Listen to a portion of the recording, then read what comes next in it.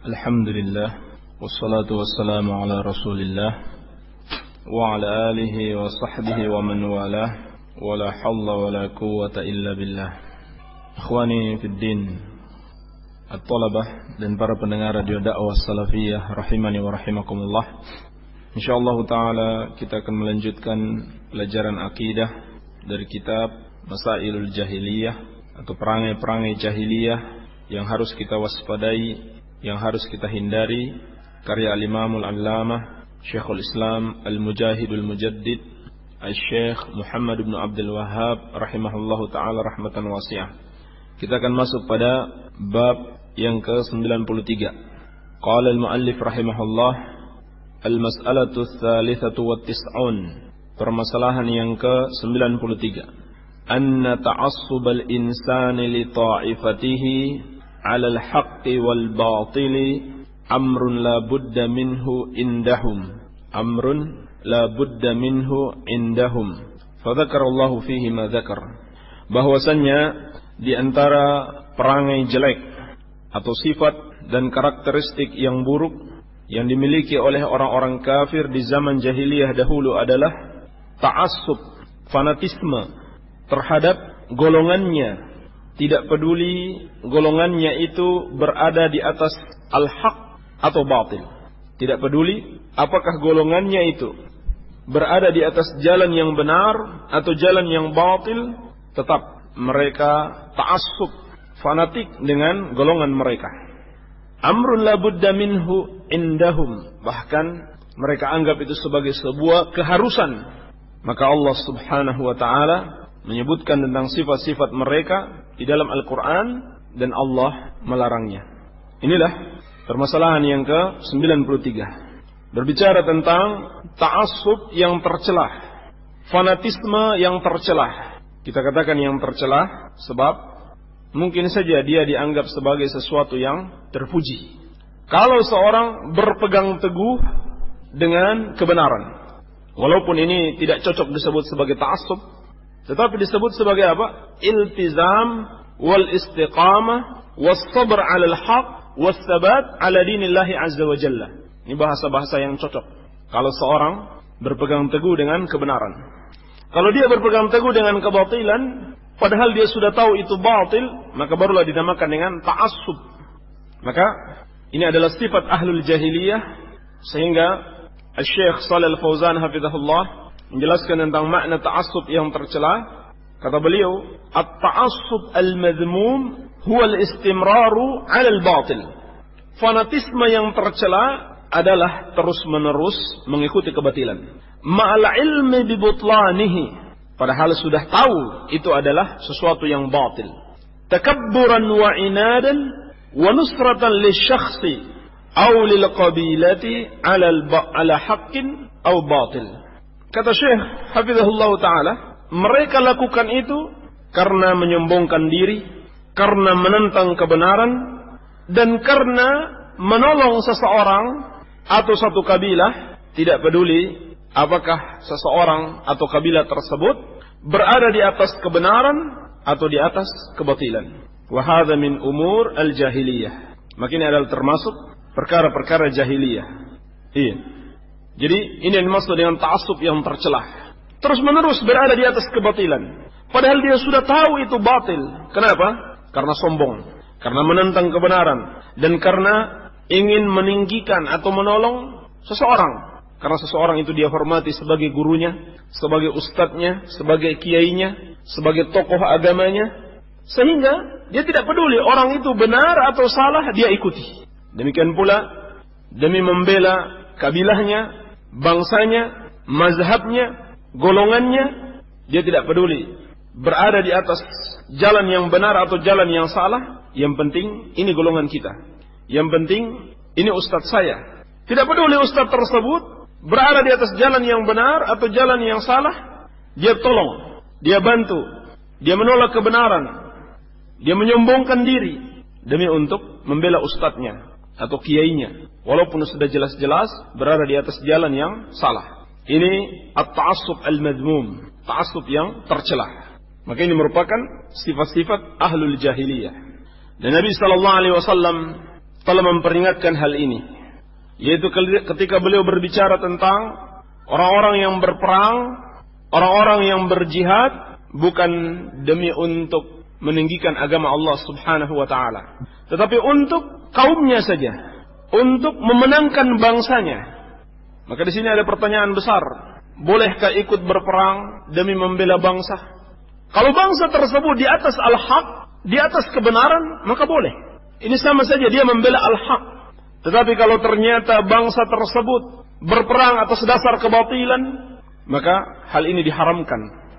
Nabi SAW mengingatkan, sebagaimana dalam hadis Abi Hurairah radhiyallahu anhu dalam riwayat Muslim, beliau bersabda, "Man kharaja minat ta'ah wa faraqal jama'ata famata famitatuhu jahiliyah." Barang siapa yang keluar dari ketaatan kepada pemerintah kaum muslimin dan memisahkan diri dari jamaah kaum muslimin, yakni dari pemerintah kaum muslimin, lalu dia mati, maka matinya seperti mati jahiliyah.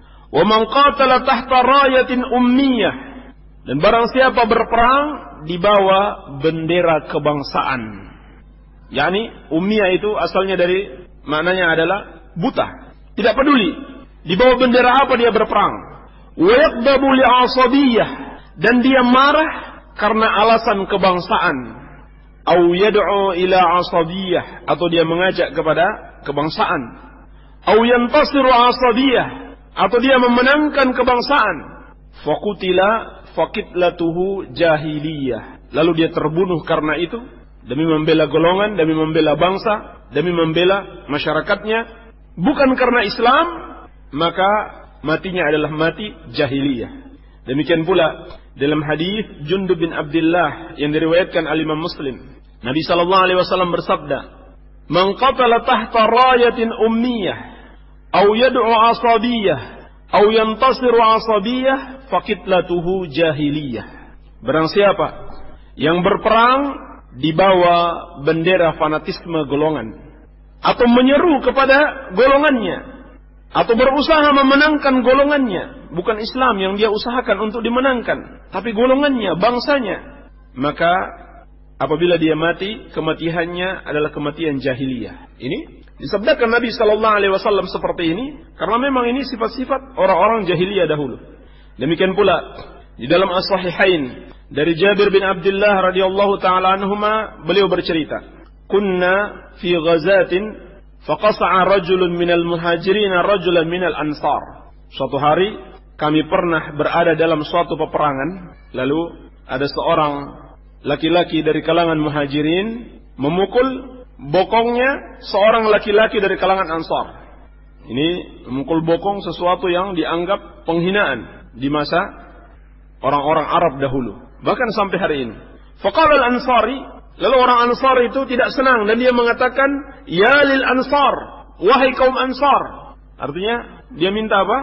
Perlindungan, atau dia minta dukungan untuk melawan atau membalas orang Muhajirin ini.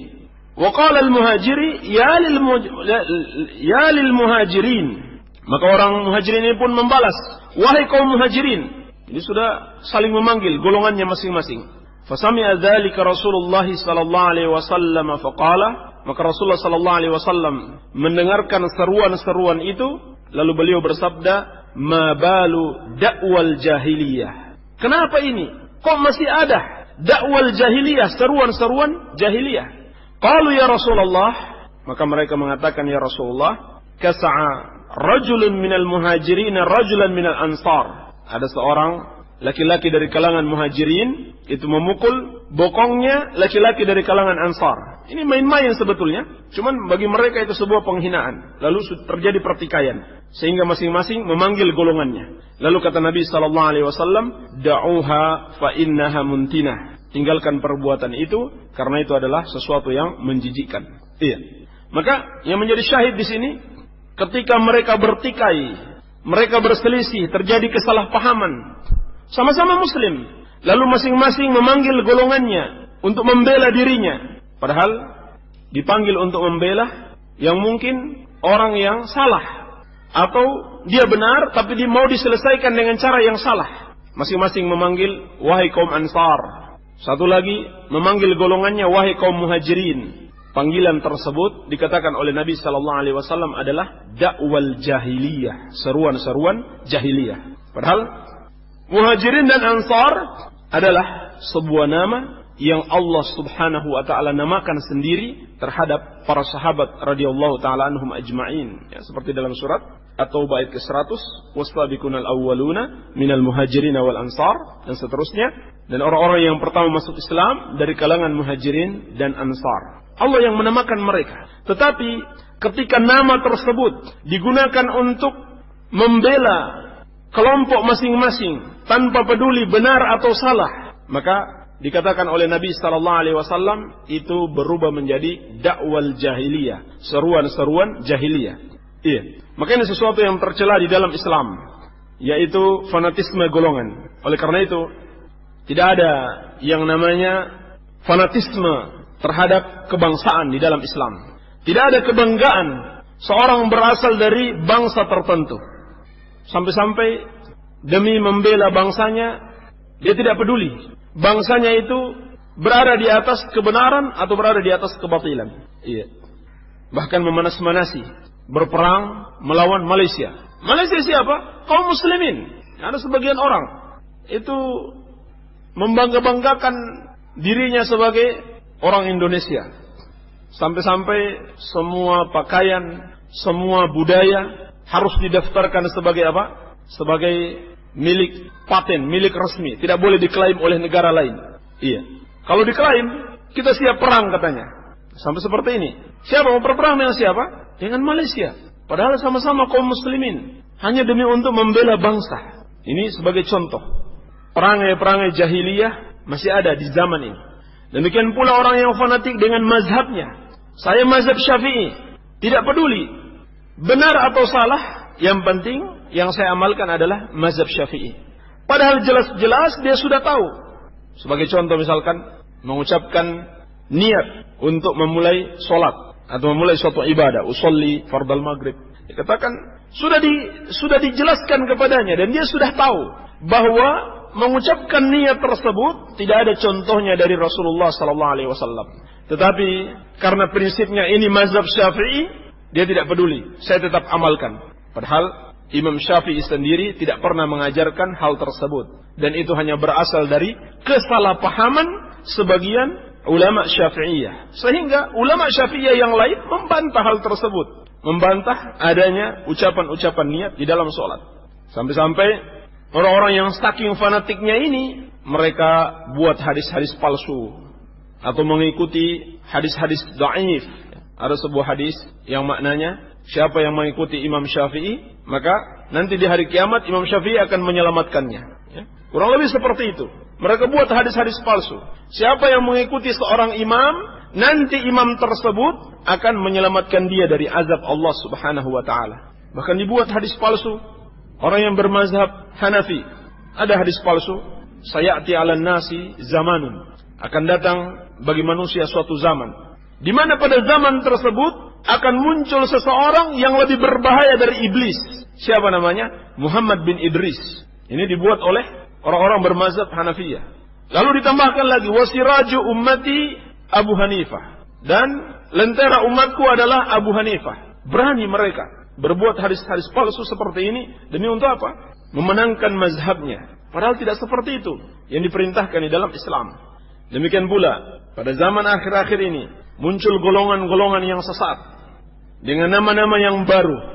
Dan ini termasuk ta'assub di zaman modern. Mungkin orang sudah jarang mendengar ta'assub dengan 4 mazhab, tapi ada ta'assub yang baru. Ta'assub dengan golongan Ikhwanul Muslimin, dengan Jama'atul Tabligh, dengan Hizbut Tahrir, masing-masing merasa bangga dengan golongan mereka. Kullu hizbin bima ladaihim farihun. Setiap golongan merasa bangga dengan apa yang ada pada mereka. Ta'assub. Dalam bentuk ta'assub mereka diantaranya dari sisi al-wala wal bara. Jadi luar biasa bahaya ta'assub itu. Dia merusak akidah. Al-wala wal bara, cinta dan bencinya seorang muslim itu merupakan bagian dari akidah kaum muslimin. Bahkan dikatakan Nabi sallallahu alaihi wasallam, "Awthaqu ural iman al-hubbu fillah wal bughdu fillah." Ikatan iman yang paling kuat, cinta karena Allah dan benci karena Allah Subhanahu wa taala. Tetapi karena fanatisme golongan-golongan ini, maka bagi mereka yang bergabung dengan golongan mereka adalah saudara mereka. Seperti dalam kelompok Ikhwanul Muslimin. Tidak peduli apakah yang bergabung dengan mereka itu seorang Syiah, Rafidah yang akidahnya sangat rusak, Mu'tazilah, Asy'ariyah, yang penting rame-rame. Kita punya tujuan yang sama, mau mendirikan negara Islam, sama-sama kita berjalan. Yang penting mendukung kelompok kita, tidak mencela kita. Ini prinsip mereka. Maka masih ada seperti ini perangai-perangai jahiliyah. Iya. Oleh karena itu di sini beliau memperingatkan, tidak sepatutnya seorang itu fanatik terhadap golongannya, fanatik terhadap ustadznya, fanatik terhadap kabilahnya, terhadap bangsanya, tanpa mempedulikan yang benar atau salah. Dan yang seperti ini akan membawa kepada perbuatan zalim. Akan membawa kepada perbuatan zalim. Ada orang yang berasal dari golongan lain, bukan golongan dia. Dia berbicara yang hak. Dia mengingatkan mereka untuk meninggalkan kebenaran. Tetapi karena dia tidak berasal dari golongan mereka, maka mereka pun berbuat zalim kepadanya. Maka Allah Subhanahu wa taala mengingatkan, "Wala yajrimannakum syana'anu qaumin 'ala alla ta'dilu." Dan janganlah kebencian kamu kepada suatu kaum membawa kamu tidak berlaku adil. Dalam surat Al-Maidah ayat ke-8. Maka dilarang di dalam Islam. Jangan sampai karena cinta dengan golongan kita, cinta dengan ustadz kita, lalu kemudian golongan kita atau ustadz kita kebetulan bermasalah dengan suatu kaum, lalu kita bela golongan tersebut atau ustadz tersebut mati-matian sehingga membawa kita tidak berlaku adil kepada mereka. Dan juga Allah ingatkan, wa idza qultum fa'dilu walau kana dza qurba. Apabila kalian berbicara, maka berlaku adillah meskipun terhadap kerabat terdekat. Maksudnya apa? Misalkan kita diminta untuk bersaksi, tetapi persaksian tersebut dapat merugikan kerabat kita. Namun kita dituntut tetap berkata yang benar meskipun harus merugikan dia. Makanya yang dimaksud, fa idza qultum fa'dilu wa idza qultum fa'dilu walau kana dza qurba. Kalau kalian berbicara, hendaklah kalian berbicara dengan adil walaupun kepada kerabat terdekat. Kalau diminta menjadi saksi misalkan di pengadilan, kemudian kesaksian kita justru akan semakin memberatkan kerabat kita yang lagi bersalah, ucapkan dengan benar. Kalau dia korupsi, katakan korupsi. Kalau dia mencuri, katakan mencuri. Jangan sampai kita mengatakan yang tidak sebenarnya demi untuk membela dia. Maka ini bentuk ta'assub. Bentuk ta'assub kepada kekerabatan. Demikian pula sebaliknya. Karena kita benci kepada seseorang, kemudian di pengadilan kita diminta bersaksi, jangan kita memberatkan dia. Tapi kita katakan sebenarnya, walaupun hasilnya dia akan bebas dari tuntutan hukum. Dan ini sering sekali terjadi. Karena benci dengan seseorang, maka berbuat kesaksian palsu di depan pengadilan. Ini subhanallah termasuk akhlak jahiliyah yang masih ada sampai hari ini. Dan juga Allah Subhanahu wa taala memperingatkan, ya ayyuhalladzina amanu kunu qawwamina lillahi syuhada bil qist. Wahai orang-orang yang beriman, jadilah kalian orang-orang yang lurus karena Allah, syuhada bil qist, yang menjadi saksi-saksi dengan keadilan. Makanya yang diperintahkan terhadap kaum muslimin, wajib berlaku adil kepada kawan maupun lawan, kepada teman maupun kepada musuh. Wajib untuk berlaku adil. Baik, kita masuk pada bab yang berikutnya. Qala al-mu'allif rahimahullah, al-mas'alatur rabi'ah wa tis'un. Permasalahan yang ke-94. Anna min dinihim akhdhur rajuli bijarimati ghairihi. Anna min dinihim akhdhur rajuli bijarimati ghairihi. Bahwasannya di antara agama mereka, yakni di antara amalan yang mereka anggap sebagai agama mereka, sebagai ajaran agama mereka, akhdhar rajuli bijarimati ghairihi, menghukum seseorang karena kesalahan orang lain. Fa anzalallahu, maka Allah Subhanahu wa taala menurunkan ayatnya, wala taziru waziratun wizra ukhra, dalam surat Fatir ayat ke-18. Seorang yang berbuat dosa tidaklah menanggung dosa orang lain. Seorang yang berbuat dosa tidaklah menanggung dosa orang lain. Iya. Maka ini termasuk perkara jahiliyah, termasuk sifat dan karakter ahlul jahiliyah, di mana mereka menghukum orang yang tidak melakukan kesalahan. Ya, mungkin karena orang tersebut memiliki hubungan dengan pelaku kejahatan, pelaku kesalahan. Ini tidak boleh. Iya. Dan ini subhanallah sering kita lihat, masih ada pada sebagian masyarakat.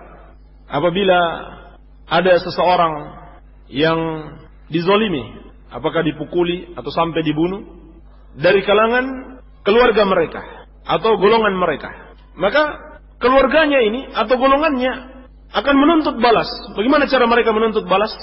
Sekampung pelaku pembunuhan diserang. Terjadilah tawuran. Padahal mereka juga belum tahu siapa yang melakukan kezaliman terhadap saudara mereka. Kan sering terjadi seperti ini, yang membawa kepada kerusuhan yang besar.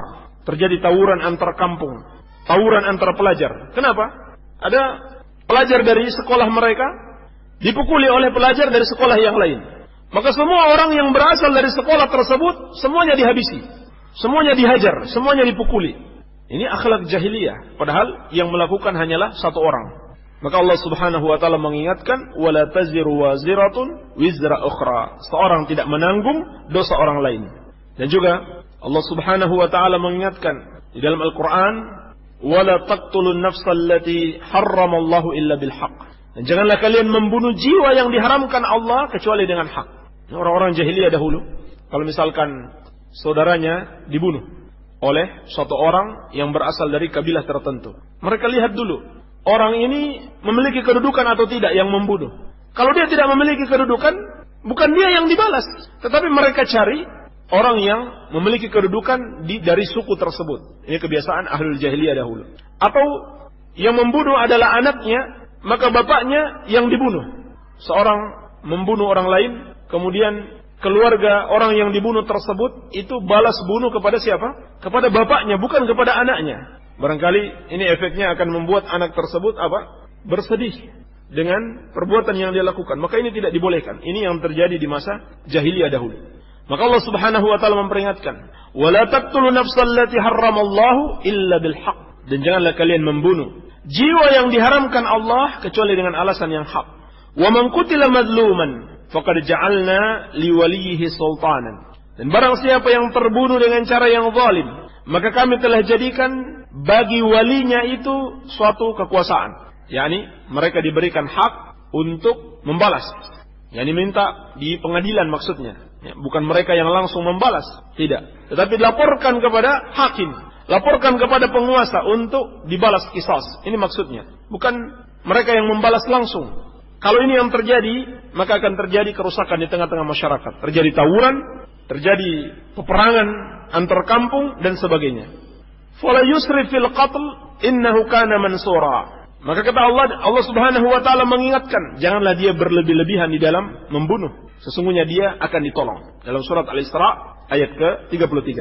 Dikatakan dalam tafsir At-Tabari, wal israf fil qatl al yumathila bil qatil aw yaqtassa min ghairihi. Ini maksud dengan berlebih-lebihan di dalam membunuh, yakni dia mencincang-cincang pembunuh tersebut. Ya, padahal yang membunuh itu mungkin hanya menikam keluarganya. Tetapi dia balas dengan mencincang-cincang pembunuhan tersebut. Maka ini dikatakan sebagai al-israf, berlebih-lebihan. Au yaqtassa min ghairihi, atau dia membalas selain daripada orang yang membunuh tersebut. Dan ini terjadi, betul-betul terjadi. Iya, sampai hari ini masih ada. Terjadi seperti yang saya ceritakan tadi, tawuran-tawuran yang terjadi karena seperti itu. Ada suatu orang dari kelompok mereka itu dizalimi oleh kelompok lain. Maka mereka menuntut balas bukan kepada orang yang berbuat zalim tersebut saja, tetapi kepada siapa saja yang berasal dari kelompok yang zalim tersebut, itu mereka zalimi. Akhirnya terjadi peperangan besar, terjadi kerusuhan, terjadi tawuran. Ini sebetulnya akhlak jahiliyah yang telah diperingatkan di dalam Al-Qur'anul Karim. Iya. Dan juga Allah Subhanahu wa taala memperingatkan, "Faman i'tada 'alaikum fa'tadu 'alaihi bimithli ma'tada 'alaikum." Dalam surat Al-Baqarah ayat ke-194. Maka barang siapa yang berbuat keburukan kepada kalian, maka balaslah atasnya sesuai dengan apa yang dia lakukan.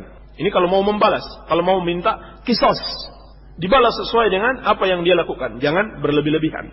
Maka kata Syekh Shalih Al-Fauzan hafizahullah, fal hasil anna hadhihi qaidatun 'azimah. Maka kesimpulannya ini merupakan kaidah yang besar. Annal jarimata takhtassu biman fa'alaha wa la tatanawalu ghairahu. Bahwasanya sebuah kejahatan itu dikhususkan kepada orang yang melakukannya dan tidak mencakup orang yang lain.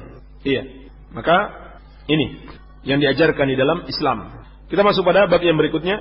Qala al-muallif rahimahullah, al-mas'alatul khamisatu wa tis'un. Permasalahan yang ke-95. Ta'yirur rajuli bima fi ghairihi. Seseorang menghinakan yang lainnya dengan keburukan yang tidak ada padanya. Menghina seseorang dengan suatu aib yang tidak ada padanya. Ini termasuk perangai jahiliyah dahulu. Menghina seseorang dengan suatu aib padahal aib itu tidak ada padanya, tapi mungkin ada pada keluarganya. Faqala, maka Nabi sallallahu alaihi wasallam bersabda, "A'ayyartahu bi ummihi?"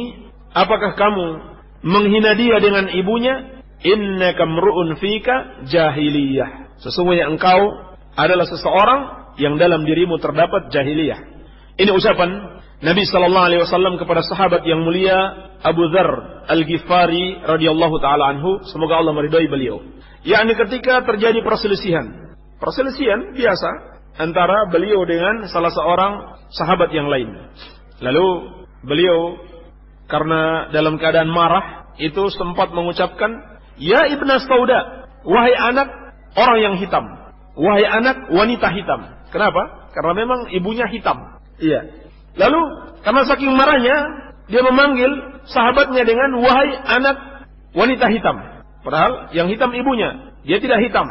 Berarti apa? Dia menghina sahabatnya dengan suatu aib yang ada pada diri orang lain.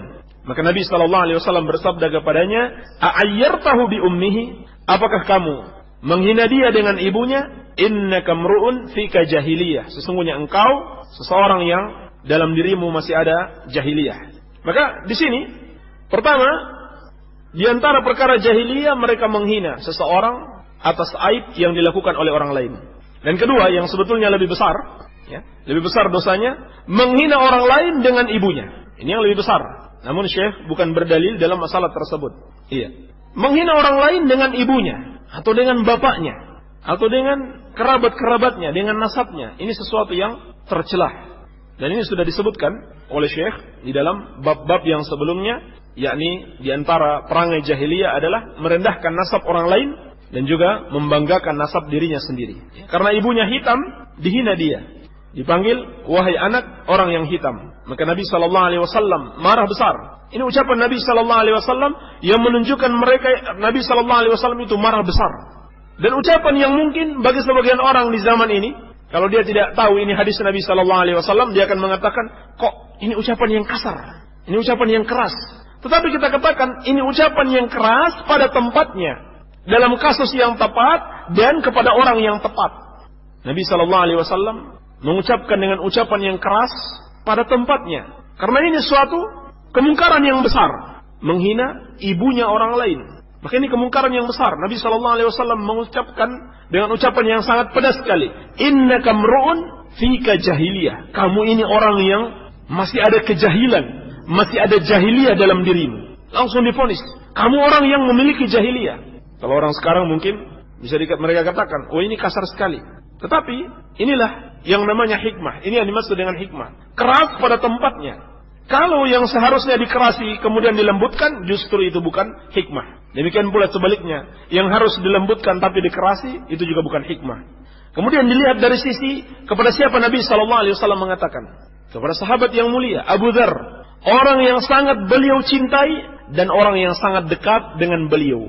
Berbeda ketika seperti dalam hadis Anas bin Malik dalam As-Sahih, orang Arab Badui, orang Arab dusun, orang yang jauh dari Nabi sallallahu alaihi wasallam, orang yang mungkin baru masuk Islam. Dia sudah melakukan kemungkaran yang besar. Apa yang dia lakukan? Dia kencing di masjid. Apakah Nabi sallallahu alaihi wasallam mencerca dia? Tidak sama sekali. Apakah Nabi sallallahu alaihi wasallam memarahi dia? Tidak sama sekali. Kenapa? Karena dia orang yang bodoh. Bukan seperti Abu Dzar radhiyallahu anhu yang dekat dengan Nabi sallallahu alaihi wasallam, yang terus-menerus menuntut ilmu dari beliau. Ini orang dari gunung, orang yang jahil. Kalau dikerasi, maka dia akan salah paham dan dia akan semakin tersesat dan dia akan lari dari dakwah Islam. Sehingga ketika para sahabat itu terlihat sangat geram sekali, sampai ada yang mau memukul beliau, apa kata Nabi sallallahu alaihi wasallam? Da'uhu, tinggalkan dia. Nabi sallallahu alaihi wasallam melarang para sahabat untuk memarahi dia. Sampai-sampai setelah dia kencing, dia selesai semuanya, dia mengatakan, "Ya Allah, rahmatilah aku dan Muhammad dan jangan rahmati selain kami." Iya. Sampai-sampai seperti itu dia terkesan dengan dakwah Rasulullah sallallahu alaihi wasallam. Maka ini juga hikmah. Ya, kalau kita lihat orang yang masih awam, orang yang belum mengenal dakwah, bukan seorang penuntut ilmu, jangan kita kerasi. Iya. Baik. Dan di sini juga perlu ditekankan, diingatkan, bukan berarti Nabi sallallahu alaihi wasallam merendahkan para sahabat, tidak. Justru kalau kita lihat, ini adalah keutamaan para sahabat. Ini subhanallah. Ini bukan berarti kita menghinakan para sahabat. Ini hadis-hadis seperti ini digunakan oleh orang-orang Syiah. Digunakan oleh orang-orang Syiah yang mengatakan sahabat itu munafik, sahabat itu orang-orang yang suka maksiat, suka menentang Rasul sallallahu alaihi wasallam dan sebagainya. Justru dalam kisah tersebut terdapat keutamaan sahabat. Apa itu? Mereka adalah orang-orang yang dibimbing langsung oleh Rasulullah sallallahu alaihi wasallam. Mereka adalah orang-orang yang dibimbing langsung oleh Rasulullah sallallahu alaihi wasallam. Sehingga ketika mereka berbuat salah, mereka langsung ditegur. Langsung ditegur oleh Rasulullah sallallahu alaihi wasallam sehingga pantas. Di kemudian hari, teguran tersebut sangat bermanfaat bagi mereka dan menjadi suatu pelajaran bagi kita. Iya. Dan tentunya para sahabat setelah ditegur atas kesalahan mereka, mereka langsung tinggalkan. Maka ini contoh yang baik juga. Kita lihat para sahabat, ketika mereka ditegur, mereka dinasihati, mereka langsung meninggalkan perbuatan yang salah tersebut, perbuatan maksiat tersebut. Ini contoh yang baik dari para sahabat radhiyallahu taala anhum ajmain. Inilah 3 perkara jahiliyah yang bisa kita bahas pada kesempatan kali ini. Baik, ada beberapa pertanyaan. Assalamualaikum. Waalaikumsalam. Ustaz, bagaimana dengan seorang kafir yang membunuh seorang muslim dengan cara ditindis batu hingga mati, aniaya? Bagaimana cara mengkiasnya? Apa harus dengan cara seperti yang ia lakukan atau cukup dengan dipenggal kepalanya? Ulama khilaf dalam masalah ini. Namun yang benar, dia dibalas sesuai dengan perbuatannya, persis seperti yang dilakukan oleh Rasulullah sallallahu alaihi wasallam, sebagaimana dalam As-Sahih, seorang Yahudi yang memecahkan kepala seorang budak muslimah, lalu Nabi sallallahu alaihi wasallam membalas dengan memecahkan kepalanya. Iya. Assalamualaikum warahmatullahi wabarakatuh. Ustaz, apa benar seburuk-buruk rezeki adalah dari upah bekam? Yarhamukallah. Lalu apa yang harus dilakukan oleh seorang tukang bekam? Bolehkah bekam dijadikan sebagai profesi, hukumnya bagaimana? Benar, terdapat hadis-hadis yang sahih diriwayatkan oleh Imam Muslim dan yang lainnya yang menunjukkan upah bekam sekaligus menunjukkan profesi sebagai tukang bekam itu tercelah. Hal itu tercelah sebagaimana dalam hadis Rafi bin Khadij, bahwasanya Nabi sallallahu alaihi wasallam bersabda, "Syarrul kasbi", seburuk-buruknya al-kasab, profesi untuk mencari rezeki, adalah mahrul baghi wa thamanul kalbi wa kasbul hajjam. Upahnya pelacur, penjualan anjing, dan upahnya hajjam, tukang bekam. Di sini disebutkan 3. Dalam lafaz yang lain, thamanul kalbi khabith, harga anjing itu khabith, jelek. Wa mahrul baghi khabith, dan upahnya pelacur jelek. Wa kasbul hajjam khabith, dan upahnya tukang bekam itu jelek. Kalau upahnya pelacur sudah jelas haram. Demikian pula jual beli anjing haram. Akan tetapi yang menjadi masalah dengan kasbul hajjam, upahnya tukang bekam. Hukumnya tidak sampai haram, sebab di dalam As-Sahihain dari Ibnu Abbas radhiyallahu taala anhuma, beliau menceritakan, ihtajama an-nabiy sallallahu alaihi wasallam wa atal hajjam ajrahu. Nabi sallallahu alaihi wasallam pernah membekam, lalu beliau memberikan upah kepada tukang bekam ini. Sehingga kesimpulannya, kata Syekh Ibnu Utsaimin rahimahullah, hal itu dibolehkan, sebab yang buruk bukan berarti hukumnya haram. Sehingga maknanya dibolehkan tapi sebaiknya jangan. Dibolehkan tapi sebaiknya jangan. Iya. Dan tidak patut dijadikan sebagai profesi. Dan jangan mengharapkan diberikan upah dari membekam ini. Ya. Niatkan sebagai suatu amal soleh. Karena itu tercelah. Adapun ketika seorang sudah membekam lalu dia diberikan upah tanpa dia mengharapkan, maka hal itu sesuatu yang boleh saja. Iya.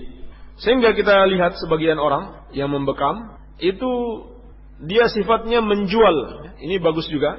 Dia menjual obat-obatannya. Kan bekam itu butuh obat juga. Ya, seperti apa? Mungkin minyak zaitun, iya, atau alat pembersih. Ada kaos tangannya, ada juga pisau sayatnya. Nah, ini yang dijual kepada pasien. Seperti ini tidak mengapa insyaallah taala. Baik. Afwan, kalau kita mau sholat, boleh baca bismillah enggak dalam hati? Membaca bismillah hendaklah dilafazkan, bukan di dalam hati. Dengan ucapan bismillahirrahmanirrahim, tetapi dengan pelan. Dengan pelan. Bukan dibaca dalam hati, dilafazkan tapi dengan pelan. Ada dalil bahwa setiap melakukan kebaikan diawali dengan basmalah.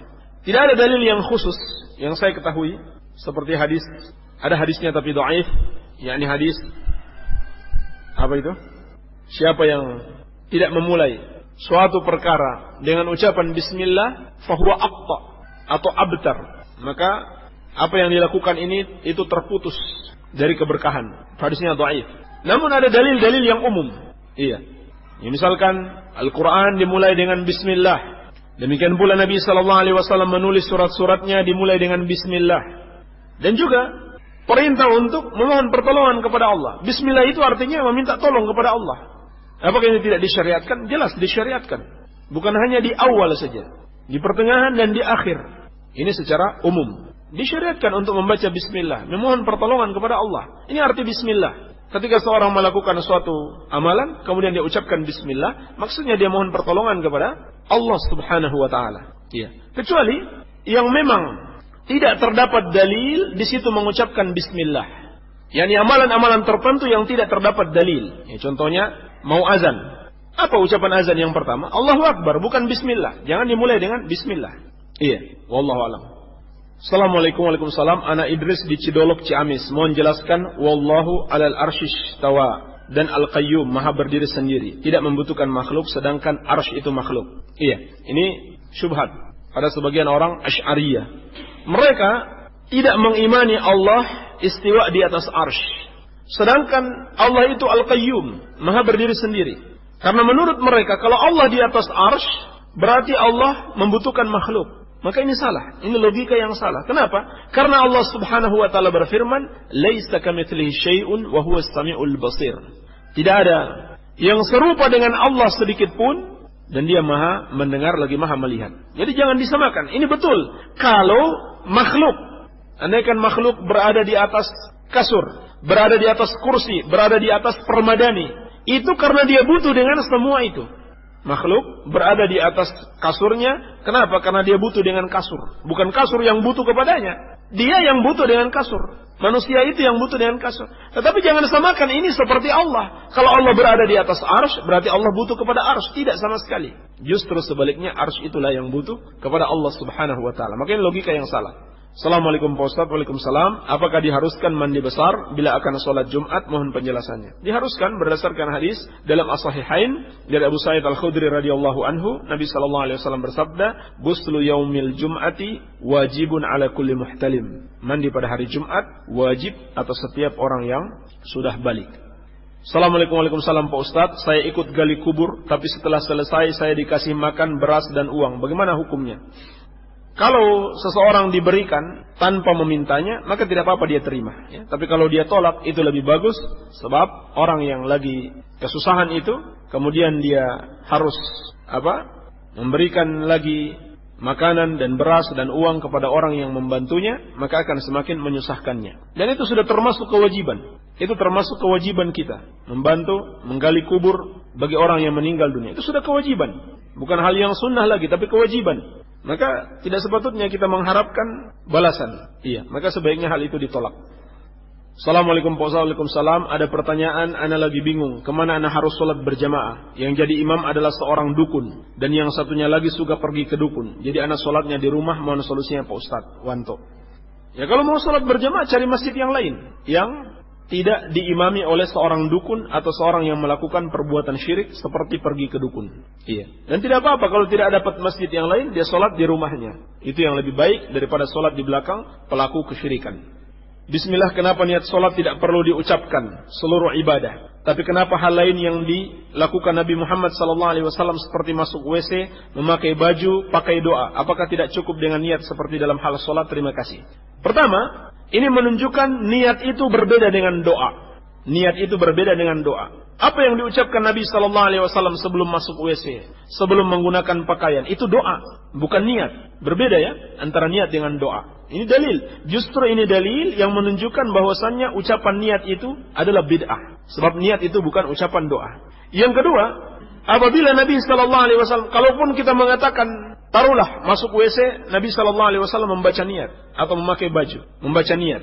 Taruhlah kita mengatakan niat, maka ketika Nabi SAW membaca niat sebelum masuk WC, ini kalau kita katakan betul itu niat ya, dan Nabi SAW tidak membaca niat sebelum memulai sholat, menunjukkan kita harus ittiba kepada beliau. Menunjukkan bahwasannya sebelum mulai sholat atau seluruh ibadah tidak harus, atau Nabi SAW tidak melakukannya, maka harus ittiba kepada beliau. Iya. Kalau beliau lakukan niat misalkan, andaikan Nabi SAW membaca niat pada sholat maghrib, lalu pada sholat asar beliau tidak membaca niat, maka kita ikuti.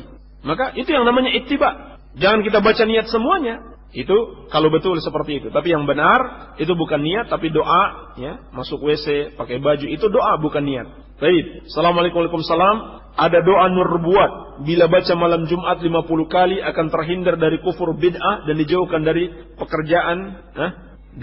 pekerjaan jelek katanya. Benar apa tidak Ustaz?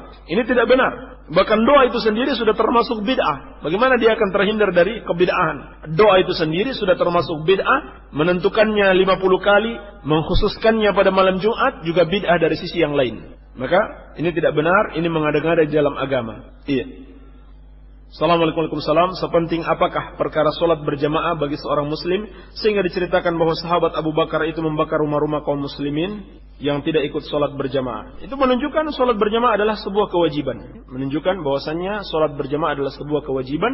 Demikian seperti sabda Nabi SAW ketika beliau mendapati ada orang-orang yang tidak solat berjamaah. Maka beliau mengatakan, "Laqad hamamtu an amura rajulan bis salati fatuqam, thumma antaliqu fi rijalin ma'ahum huzamun min hatabin ila qaumin la yashhaduna as-salah fa uharriqu 'alaihim buyutahum bin nar." Sungguh aku telah berkeinginan, kata Nabi sallallahu alaihi wasallam, untuk memerintahkan seorang menjadi imam sementara aku dan beberapa orang pergi ke rumah orang-orang yang tidak melakukan salat berjamaah, lalu aku bakar rumah-rumah mereka dengan api. Ini menunjukkan apa? Menunjukkan sholat berjamaah itu hukumnya wajib bagi laki-laki yang mampu melakukannya. Iya. Adapun kisah Abu Bakar membakar rumah mereka, saya tidak tahu apakah ada kisah seperti itu. Yang jelas Nabi SAW hanya mengatakan, "Walaqad hamamtu," aku telah berkeinginan. Dan disebutkan dalam riwayat yang lain, Nabi SAW tidak melakukan itu.